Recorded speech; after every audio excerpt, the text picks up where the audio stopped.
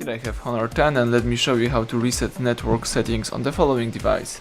So at the very beginning, let's start by using your home screen. Then find and select the settings. Here you need to scroll down and choose system.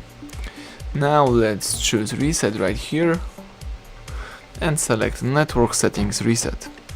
So this will reset all network settings including the Wi-Fi, mobile data and Bluetooth. If you are aware of this, choose network settings reset again and begin the operation by choosing network settings reset button one more time. Network settings have been reset, so you can go back and start using your device in a normal way. Thank you for watching, please subscribe our channel and leave thumbs up under the video.